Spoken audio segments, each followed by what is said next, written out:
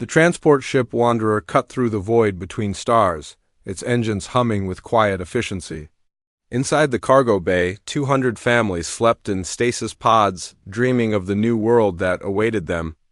This was humanity's 847th colony mission, and like all the others, it moved through space corridors that no alien empire had ever bothered to explore. Rivers wiped the sweat from his forehead as he studied the navigation charts. The path to their destination wound through asteroid fields, dead systems, and regions of space that the galaxy's major powers had marked as worthless. What the aliens saw as obstacles, humans saw as opportunities. Every dangerous passage was a chance to remain hidden. Every hostile environment a place to build something new. The bridge crew worked in comfortable silence, their instruments showing readings that would have terrified most species. Radiation levels spiked and dropped as they passed through the remnants of an ancient supernova. The ship's shielding held steady, a testament to 3 centuries of human engineering designed for survival in the galaxy's most dangerous places. Other species built their ships for comfort and speed along established trade routes.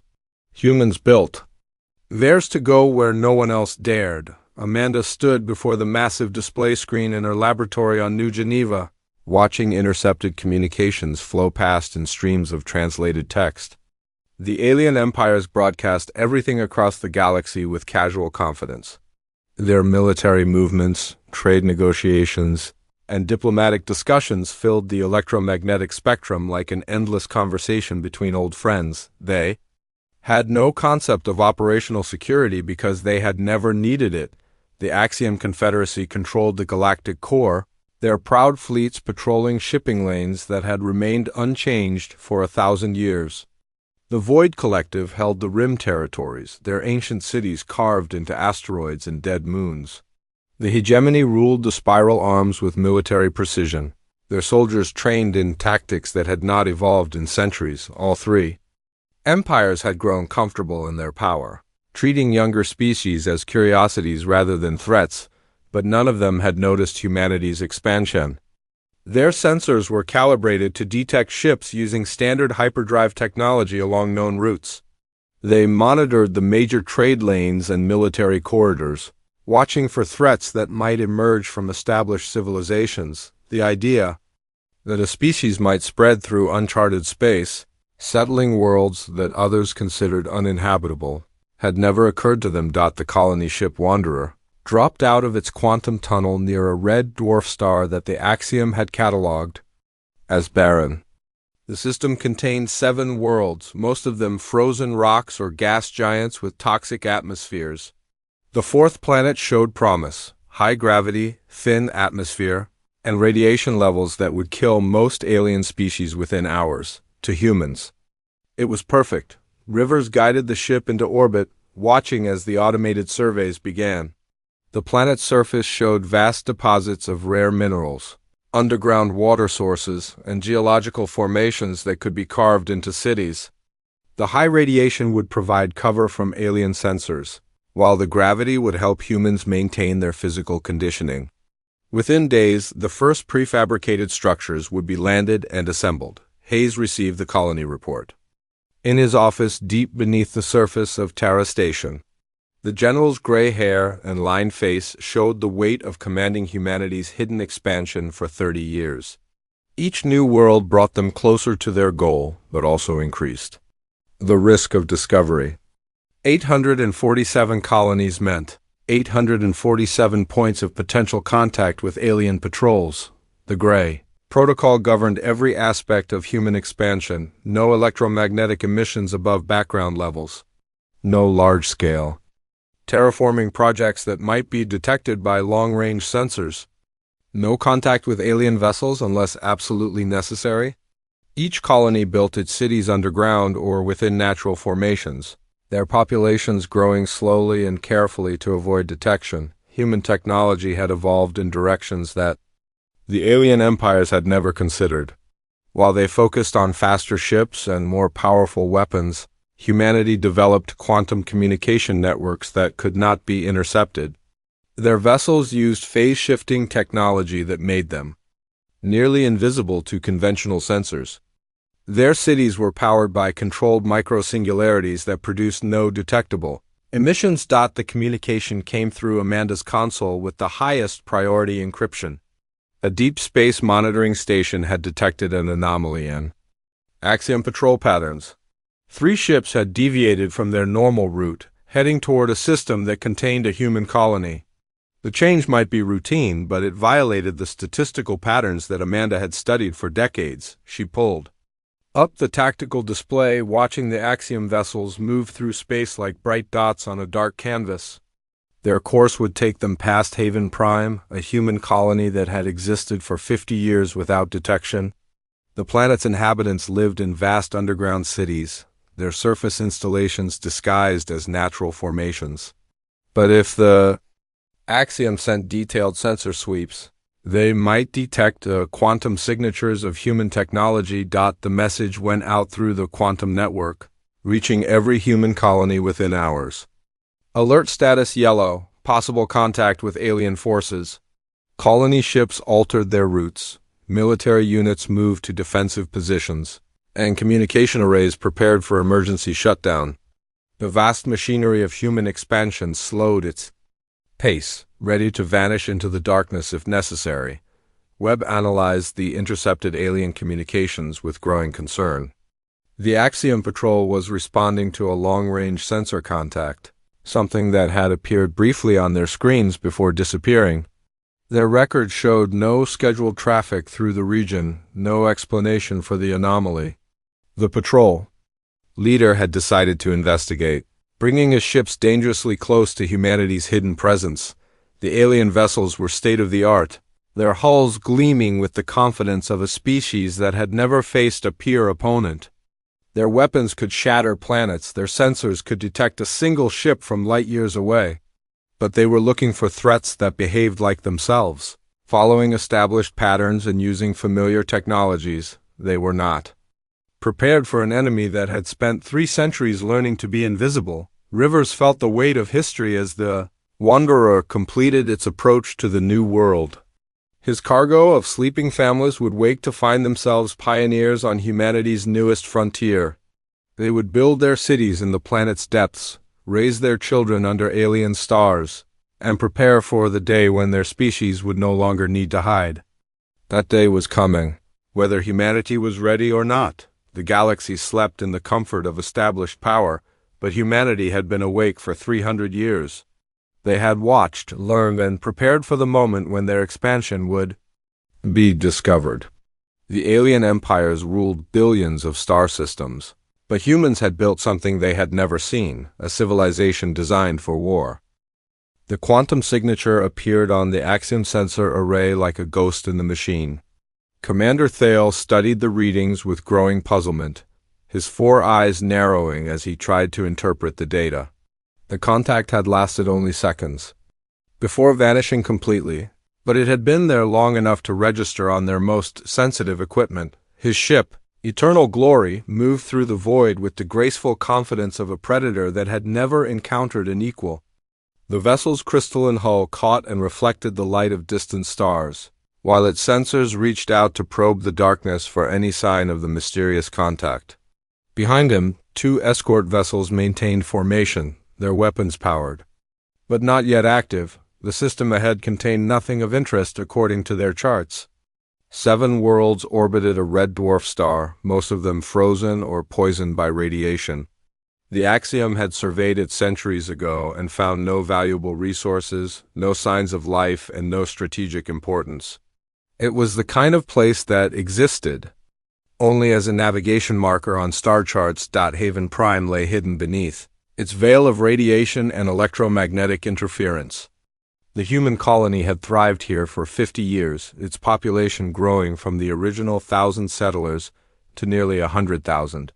Their cities stretched through natural cave systems and artificial tunnels, powered by fusion reactors that produced no detectable emissions. On the surface, automated systems maintained the illusion of a dead world. Governor Walsh watched the tactical display from his office 3 kilometers underground. The Axiom patrol was still hours away, but their approach vector would take them directly over the colony's primary surface installations. The quantum masking fields were active, the emissions dampeners were running at maximum power, and the entire colony had shifted to silent running protocols. But 50 years of growth had left traces that might be detected by determined sensors. The communication reached Haze within minutes of the first detection. 3 Axiom vessels approaching Haven Prime, estimated arrival in 4 hours. The general's face remained impassive as he read the report, but his mind was already calculating the implications. Discovery of a single human colony would lead to questions that humanity was not ready to answer. He activated the quantum communication network, sending coded messages to every human military commander within 100 light years. Fleet Admiral Kane received the alert aboard his flagship in the New Geneva system. Colonel Barnes acknowledged from her position in the asteroid belt. Captain Reed confirmed from his patrol near the outer rim.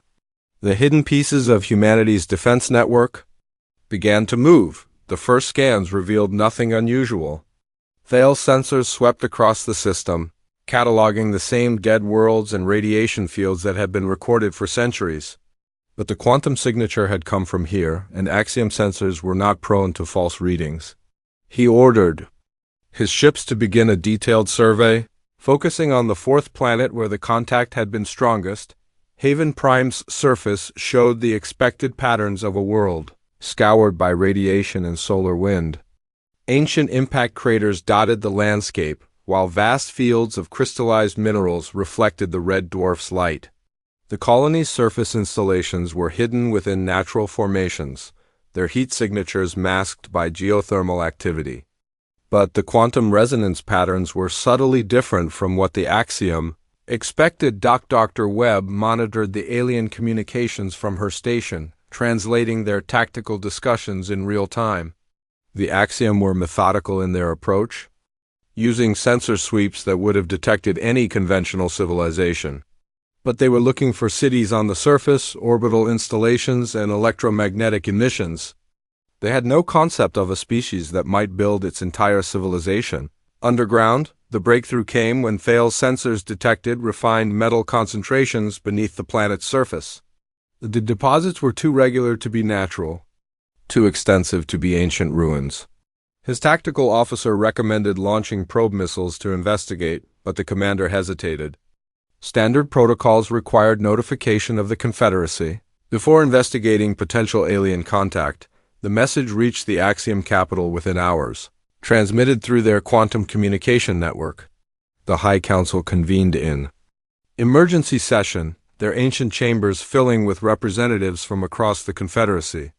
The discovery of an unknown civilization in charted space violated every assumption about galactic geography that they had held for millennia. Admiral Kane's fleet moved through quantum space like shadows, their phase-shifted hulls invisible to conventional sensors.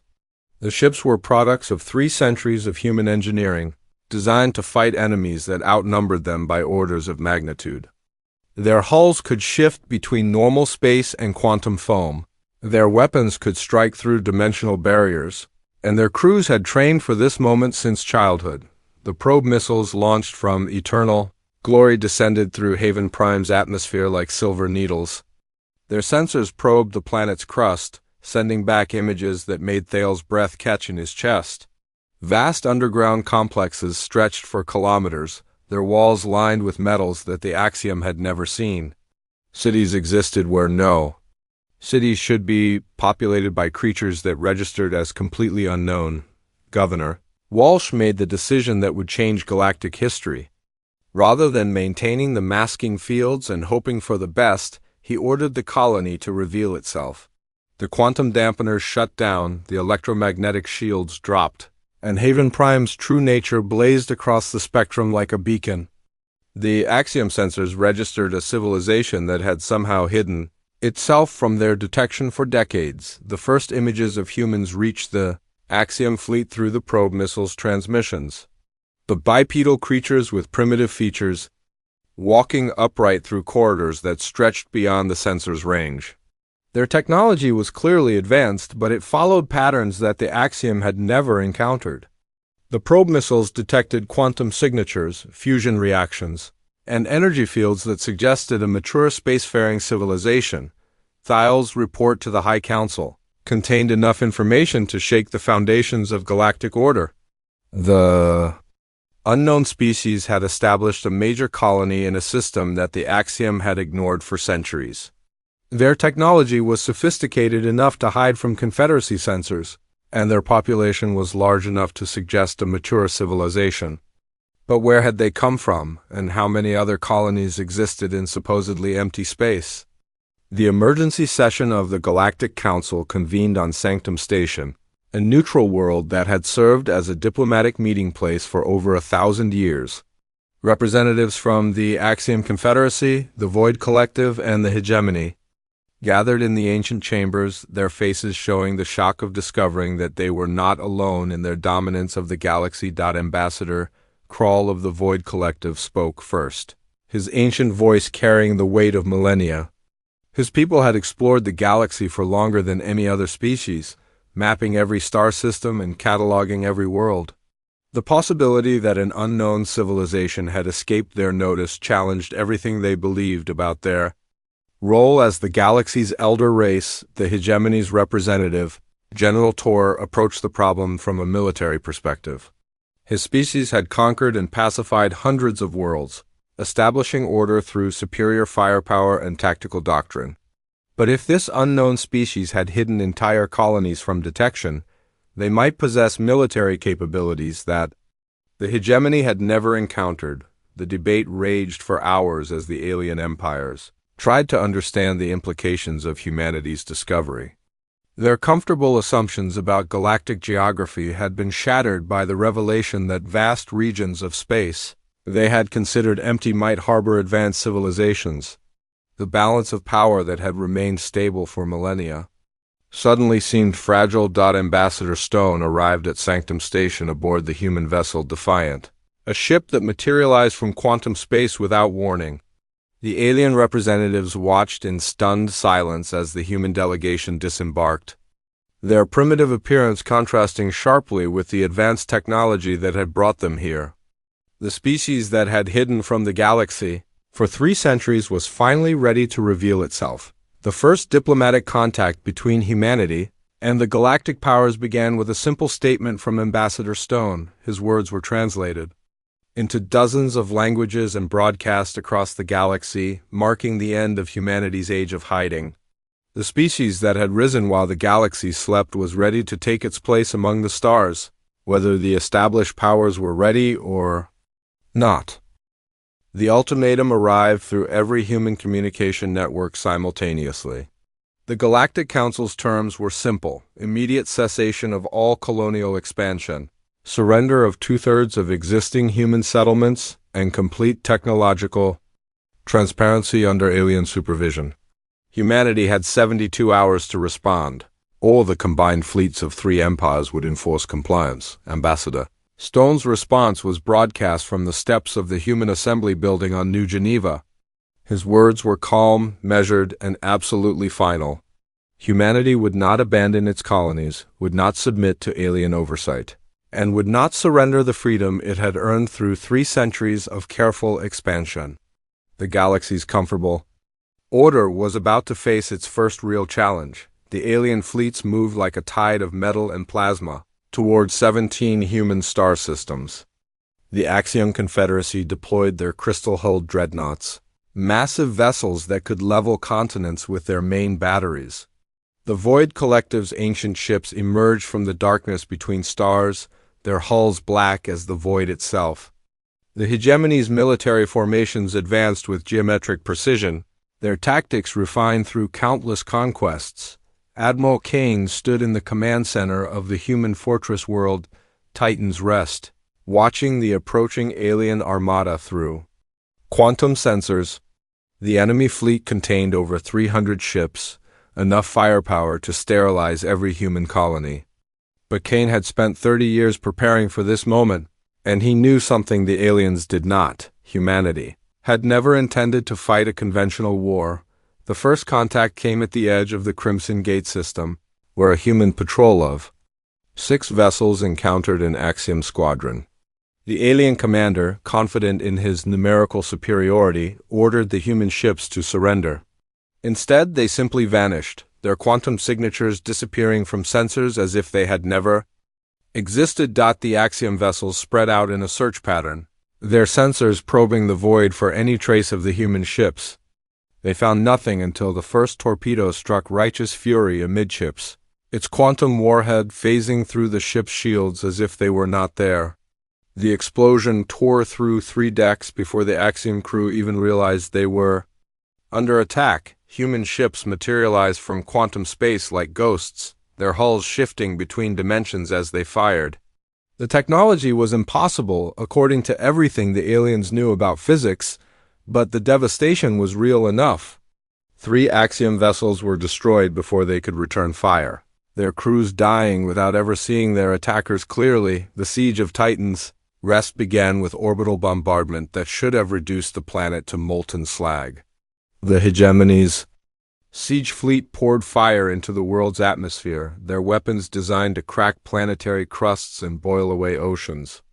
But the energy beams struck deflector fields powered by the planet's core, while the kinetic projectiles vanished into dimensional rifts that dumped them into interstellar space. General Tor watched the bombardment fail with growing frustration. His weapons, capable of destroying any known fortification, were having no effect on the human colony. The planet's surface showed no cities, no military installations, no targets worthy of his fleet's attention. But the defensive fire that rose from seemingly empty ground was devastating his ships. With methodical precision, Reed's ground forces waited in the tunnels beneath Sanctuary as the alien dropships descended through the atmosphere. The Void Collective had decided to take the colony through ground assault, their troops trained in boarding actions and urban warfare. But Sanctuary had no surface cities to capture, no strategic points to hold. The entire planet was a fortress, and every human civilian was a trained defender. The first wave of alien troops landed in what appeared to be an empty wasteland. Their sensors detected no life signs, no structures, no indication that the planet was inhabited. Then the ground erupted around them as hidden weapons emplacements opened fire. The aliens found themselves fighting an enemy that seemed to emerge from the planet itself. The battle lasted 6 hours and cost the Void Collective 3,000 troops. They managed to advance less than a kilometer before Reed's forces withdrew into tunnel systems that stretched for hundreds of kilometers underground. The aliens held empty ground while their enemies vanished into a 3-dimensional maze designed for exactly this kind of warfare. Dr. Webb's analysis of the alien tactics proved correct. The enemy empires fought like they had for millennia, using overwhelming force to crush inferior opponents. Their ships advanced in formation, their troops followed standard assault doctrines, and their commanders made decisions based on experiences that no longer applied. They were fighting the last war while humanity waged the next one. The quantum mines at the Meridian Gate activated when the combined alien fleet reached the system's edge. The devices had been placed decades ago during humanity's expansion, hidden in asteroids and debris fields throughout the galaxy. They detonated simultaneously, creating rifts in space-time that swallowed entire squadrons of alien vessels. The surviving ships found themselves scattered across the system, their formations broken and their communication networks jammed by quantum interference. Human vessels emerged from the chaos like predators, their phase-shifted hulls appearing and disappearing as they struck at isolated targets. The aliens' numerical advantage became meaningless when they could not coordinate their attacks. Barnes led the counterattack from her hidden base in the asteroid belt, her fleet of human raiders striking at alien supply lines with surgical precision. The enemy had planned for a quick war of overwhelming force, but their logistics were not designed for extended operations. Every fuel depot destroyed, every supply convoy vaporized, weakened their ability to maintain the siege. The aliens' confidence began to crack as reports flooded in from the battle zones. Human colonies that should have fallen within hours were still resisting after days of assault. Fleet commanders reported enemy vessels that could not be targeted, defensive systems that should not exist, and tactics that violated every principle of warfare they had learned. The hegemony's assault on the human colony of New Eden became a symbol of the aliens' frustration. General Tor's forces had surrounded the planet, cut off its supply lines, and pounded its surface with enough firepower to destroy a dozen worlds. But the colony continued to function, its inhabitants living in vast underground cities that seemed to extend to the planet's core. The first alien prisoners were taken during the Battle of Devil's Canyon, where human defenders trapped an entire Axiom regiment in a network of artificial ravines. The aliens were stunned to discover that their captors were not a warrior race, but ordinary colonists who had been trained for defense since childhood. Every human settlement was a military installation, every civilian a potential soldier. Thanes. Fleet struck the climactic blow at the Battle of Broken Stars, where the combined alien armada had gathered to plan their final assault. The human ships appeared without warning, their quantum drives allowing them to bypass the enemy's sensor networks completely. The battle lasted 18 hours and left the alien fleet in ruins. The aliens' retreat was not a rout, but it was undeniably a defeat. Their fleets withdrew to defensive positions. Their ground forces abandoned their assault on human colonies, and their commanders began to reassess everything they thought they knew about warfare. The species they had dismissed as primitive had proven to be the most dangerous enemy they had ever faced. The first phase of the war ended with humanity still holding all of its colonies and the alien empire's nursing wounds that would take decades to heal. The galaxy's comfortable order had been shattered by a species that had learned to fight in the shadows, and the established powers were beginning to realize that the age of their dominance might be ending. The quantum communication networks carried the news across human space. The aliens had been stopped, their fleets turned back, and their invasion defeated. But everyone knew this was only the beginning. The galaxy had awakened to humanity's presence, and the real war was about to begin. The Prometheus network activated 6 months after the first battles, revealing the true scope of humanity's preparation. Colonel Barnes stood in the control room of the hidden facility on Luna, watching as decades of patient intelligence gathering finally bore fruit. Every alien communication channel, every military frequency, every diplomatic cipher had been compromised by human agents working in the shadows. The revelation struck the alien empires like a physical blow. Their most secret military plans were being broadcast on human networks before their own commanders received them. Strategic discussions that had taken place in sealed chambers on distant worlds were being analyzed by human tactical computers within hours. The species they had dismissed as primitive had been watching them for 3 centuries. Admiral Kane's fleet moved through the void with perfect knowledge of enemy positions. The Axiom task force approaching the Vega system had no idea that human ships were already waiting in the quantum foam, ready to strike at the moment of their arrival. The aliens still thought in terms of sensor sweeps and patrol patterns, while humanity fought with complete information. The Battle of Meridian Prime began when the entire Axiom fleet warped into what they believed was an empty star system. Instead, they found themselves surrounded by human vessels that had been waiting for hours. The trap was perfect, the execution flawless, and the result devastating. 300 alien ships were destroyed in the opening minutes, their formations shattered by an enemy that knew exactly where they would appear.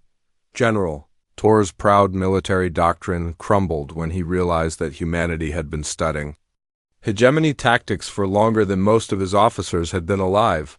Every formation, every maneuver, every strategic principle had been analyzed and countered. The humans did not fight like any species he had encountered because they had designed their entire military philosophy around defeating his own. The psychological warfare began with simple broadcasts to Axiom worlds, showing their crystal-hulled dreadnoughts burning in the void. The images were accompanied by analysis that demonstrated the technological superiority of human quantum weapons. The proud Confederacy, which had dominated the galaxy for millennia, was being systematically dismantled by a species they had never heard of. 6 months ago, Dr. Webb's xenological research had identified the psychological weaknesses of each alien species. The Axiom could not tolerate the idea of being inferior to younger races. The Void Collective's ancient pride was wounded by evidence that humans had surpassed their achievements. The hegemony's military culture was collapsing under the weight of constant defeats, the capture of Bastion Prime marked the war's turning point. The fortress world had been considered impregnable, protected by defensive systems that had evolved over 1,000 years of military engineering. But Lucas's strike team bypassed every defense using technology derived from decades of studying alien engineering principles. The assault lasted 4 hours and left the galaxy's most powerful fortress in human hands. The aliens' communication networks carried the news of Bastion Prime's fall with the speed of panic. If humanity could take their strongest fortress, no alien world was safe. The psychological impact was greater than any military victory, as 3 empires that had ruled the galaxy for millennia suddenly found themselves on the defensive. Reed's ground forces demonstrated the next phase of human tactical evolution during the liberation of the prison world Tartarus. Instead of besieging the planet, they simply appeared inside the fortifications using quantum teleportation technology. The alien garrison found themselves fighting an enemy that could strike anywhere, anytime, without warning, the war crimes. Tribunals began broadcasting evidence of alien atrocities committed during the initial invasion. Human colonies that had been subjected to orbital bombardment, civilian populations that had been targeted by military forces, and prisoners who had been executed rather than held according to galactic law. The moral authority that the established empires had claimed for millennia was crumbling. Barnes coordinated the systematic destruction of alien supply networks, her raiders appearing from quantum space to strike at logistics bases throughout the galaxy. The enemy fleets, already reeling from military defeats, found themselves unable to maintain their equipment or feed their crews. The war was being won in the shadows, one supply depot at a time. The alien commanders were reduced to defending their own homeworlds as human forces pressed their advantage. The Axiom Confederacy recalled its fleets to protect the crystal cities of their core worlds. The Void Collective retreated to their ancient strongholds among the rim stars. The hegemony's military formations fell back to establish defensive positions that had not been tested in centuries. Kane's armada struck at the heart of hegemony space, targeting the military academies where their officer corps was trained. The assault was surgical, precise, and devastating.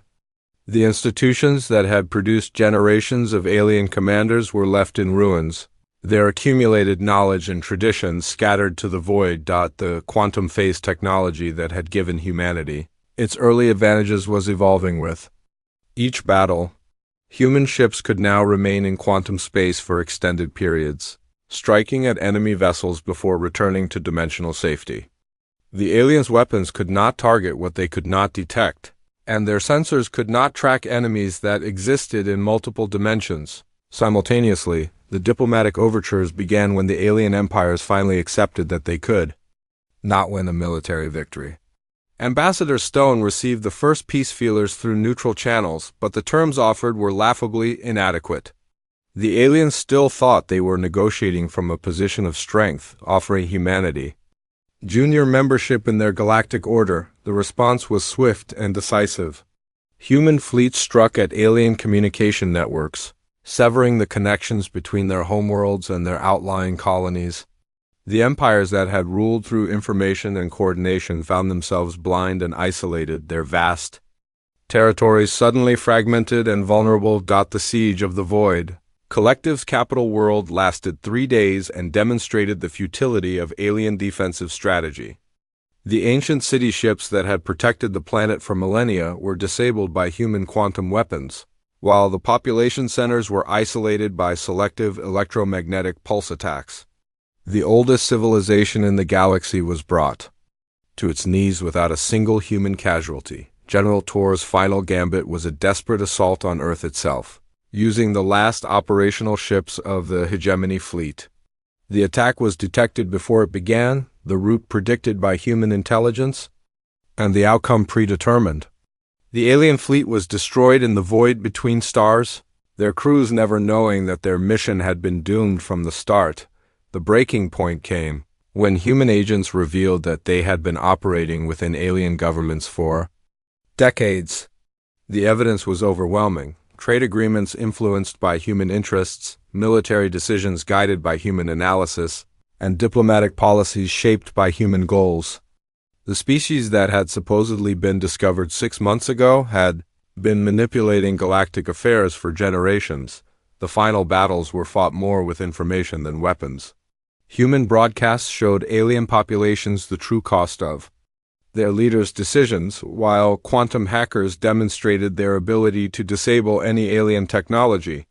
The empires that had ruled through technological superiority found themselves outmatched by a species that had learned to think in ways they had never imagined. The revolution began on the rim worlds, where alien colonies declared independence from their distant governments. The human broadcasts had shown them that their rulers were not invincible, that the galaxy's order was not eternal, and that change was possible. The empires that had seemed permanent were fragmenting under the weight of their own failures. Kane's fleet positioned itself within striking distance of every major alien world, the quantum engines of his ships ready to deliver devastation at a moment's notice. The message was clear. Humanity had moved beyond defending its colonies to projecting power throughout the galaxy. The age of alien dominance was ending, and the era of human influence was beginning. The formal surrender negotiations began when the alien empires finally acknowledged that they had lost not just the war, but their monopoly on galactic power. The terms would be dictated by human strength, not alien mercy, and the galaxy would be reshaped according to human vision. The species that had risen while the galaxy slept was ready to lead the civilizations that had awakened too late. The Peace of Starfall Station was signed in a ceremony that marked the end of one galactic age and the beginning of another. Ambassador Stone stood before representatives of 3 humbled empires, his words carrying the weight of human victory and the promise of a new order. The treaty established humanity as the galaxy's 4th major power, but the terms made clear that the old hierarchies were dead. The Battle of the Void Nexus had been the final demonstration of human military superiority. Admiral Kane's armada faced the combined fleets of all 3 alien empires in the largest space battle in galactic history. The alien ships came in waves, their formations desperate and their tactics refined by months of constant defeat. But human vessels danced between dimensions, their quantum weapons striking from directions that should not have existed. The engagement lasted 14 hours and ended with the alien fleet scattered across 3 star systems. The survivors limped back to their homeworlds with the knowledge that they had witnessed something unprecedented. A species that had mastered warfare in ways that their civilizations had never imagined. The comfortable assumptions of millennia had been shattered in a single afternoon of precise violence. Dr. Webb's final report to the Human Council contained analysis that would reshape galactic politics for generations. The alien empires had not simply lost a war, they had lost their confidence in their own superiority. The static civilizations that had ruled through technological stagnation were being forced to adapt or face extinction. The galaxy that had slept in comfortable order was awakening to the reality of change. The negotiations proceeded with human representatives holding all the advantages. The aliens had come to the table expecting to bargain from positions of reduced strength, but they discovered that humanity was dictating terms from a position of absolute power. The quantum phase technology that had won the war was now being used to position human fleets within striking distance of every major alien world. General Hayes reviewed the strategic situation from his command center on Luna, watching as centuries of careful planning reached their culmination. The hidden expansion that had begun with a few desperate colony ships had grown into a civilization that spanned nearly 1,000 worlds. The aliens had discovered humanity's existence, but they had never understood its true scope. The alien empires were required to open their borders to human exploration and settlement. The species that had once dismissed humans as primitive were now obligated to share their most advanced territories. The proud Axiom Confederacy watched human ships pass through their core systems, while the ancient Void Collective granted access to stellar regions they had claimed for millennia. Reed's forces established human garrisons on worlds that had been alien strongholds for centuries. The soldiers who had once hidden in underground tunnels now walked openly through alien cities, their presence a constant reminder of the new galactic order. The species that had once ruled through fear were learning to coexist with neighbors who had proven immune to intimidation. The cultural exchanges began slowly, as alien populations encountered human ideas for the first time. The concepts of adaptation, innovation, and continuous improvement were foreign to civilizations that had remained static for millennia. But the evidence of human success was overwhelming, and younger alien generations began to embrace the philosophy that had driven humanity's rise. Colonel Barnes supervised the integration of human and alien technologies, creating hybrid systems that combined the best of both approaches. The aliens' mastery of energy manipulation was merged with human quantum engineering, producing advances that neither species could have achieved alone. The cooperation that had seemed impossible during the war was becoming the foundation of a new technological renaissance. The exploration missions began with joint crews, humans and aliens working together to probe the galaxy's remaining mysteries. The rim territories that had been abandoned as worthless were revealed to contain civilizations that had hidden themselves even more effectively than humanity. The discovery of these new species demonstrated that the galaxy held more secrets than any of the established powers had imagined. Lucas led the first joint expedition to the galactic edge, where long-range sensors had detected artificial structures of unknown origin. The team included human engineers, Axiom scientists, and Void Collective archaeologists. Their combined expertise focused on understanding technologies that predated any known civilization. The cooperation that had been forced by war was evolving into genuine partnership. The trade networks that emerged from the peace treaty created economic opportunities that benefited all species. Human colonies provided raw materials and manufactured goods, while alien worlds offered technologies and knowledge that had been accumulated over millennia. The galaxy's economy, stagnant for centuries, began to grow at rates that no one had thought possible. The educational programs established by the treaty brought alien students to human worlds, where they learned the principles of adaptive thinking and innovative problem-solving. The species that had once considered themselves superior were discovering that their young could benefit from human teaching methods. Universities on New Geneva and Terra began accepting alien applicants. Their curricula adapted to accommodate different forms of intelligence. The quantum communication networks that had given humanity its wartime advantages were open to alien civilizations, creating an information web that spanned the entire galaxy.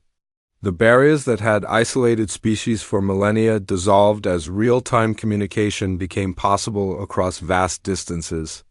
The galaxy was becoming truly connected for the first time in its history. Ambassador Stone's legacy was secured when the new Galactic Assembly convened for the first time on the neutral world of Haven Prime. The human colony that had been the site of first contact was transformed into the diplomatic center of the galaxy. Its underground chambers expanded to accommodate representatives from dozens of species. The age of closed councils and secret negotiations was ending. The military academies established under the new order taught combined tactics that incorporated lessons learned from the war. Human quantum warfare techniques were shared with alien officers, while human cadets studied the energy manipulation technologies that had made alien weapons so powerful. The next generation of military leaders would be trained in methods that no single species could have developed alone. Kane's exploration fleet departed from Starfall Station on a mission that would have been impossible under the old order. The joint expedition included vessels from all four major powers, their crews working together to investigate the mysterious signals coming from beyond the galactic rim. The cooperation that had been born from conflict was now driving the galaxy toward its next great adventure. The terraforming projects that emerged from human-alien cooperation created worlds that neither species could have imagined alone. Axiom energy manipulation combined with human adaptability produced environments that could support multiple forms of life simultaneously. The galaxy's habitable zones expanded as new techniques made previously impossible worlds suitable for colonization. Dr. Webb's research into alien Psychology had evolved into a new field of study that examined how different species could work together effectively. Her findings were being applied throughout the galaxy as mixed crews learned to overcome the barriers of biology and culture. The war that had begun with mutual incomprehension was ending with unprecedented cooperation. The monitoring stations on the galactic rim detected the first signals from beyond, known space 18 months after the peace treaty was signed. The transmissions came from civilizations that existed outside the galaxy entirely, their technologies and motivations completely unknown. The discovery meant that the conflicts between humanity and the alien empires had been merely the first chapter in a much larger story. General Hayes reviewed the strategic implications of the rim signals from his new office on Starfall Station. The galaxy that had seemed vast and complete was revealed to be just one small part of a universe filled with unknown civilizations. The species that had learned to work together through conflict would need that cooperation to face whatever challenges awaited beyond the rim. The joint research facilities established in the aftermath of the war produced technological breakthroughs that revolutionized life throughout the galaxy. Quantum medicine combined human adaptability research with alien longevity treatments, extending lifespans for all species.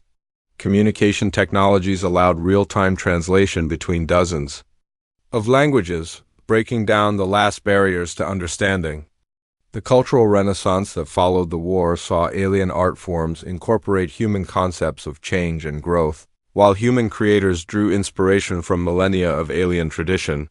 The galaxy's artistic heritage, stagnant for centuries, exploded into new forms that reflected the dynamic energy of the new age.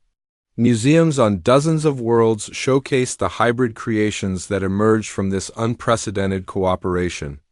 Lucas's engineering teams worked alongside alien specialists to develop the deep space exploration vessels that would carry the galaxy's inhabitants beyond the rim.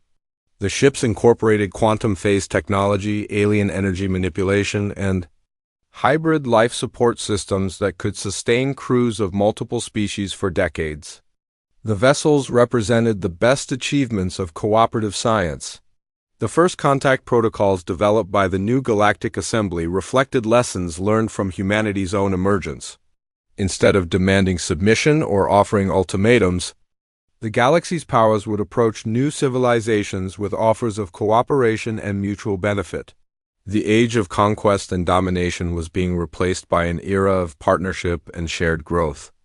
Captain Rivers, now promoted to Admiral, led the first expedition beyond the galactic rim aboard the exploration vessel Unity.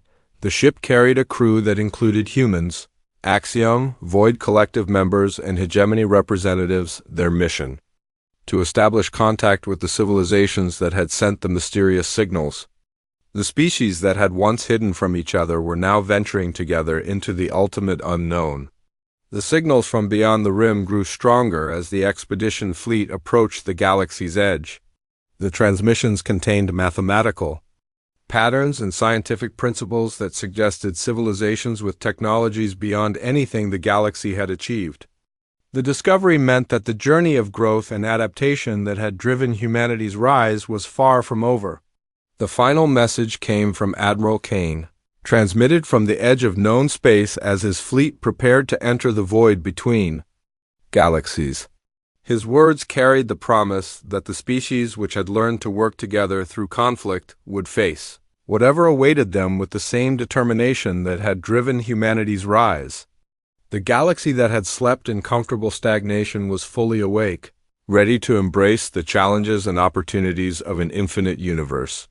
The age of human expansion had become the age of galactic exploration, and the species that had once fought each other were now united in their quest to understand the cosmos. The war was over, but the greatest adventures were just beginning. The galaxy had learned that while it slept, not only had humanity risen, but the entire universe had been waiting for all of them to grow wise enough to explore it together.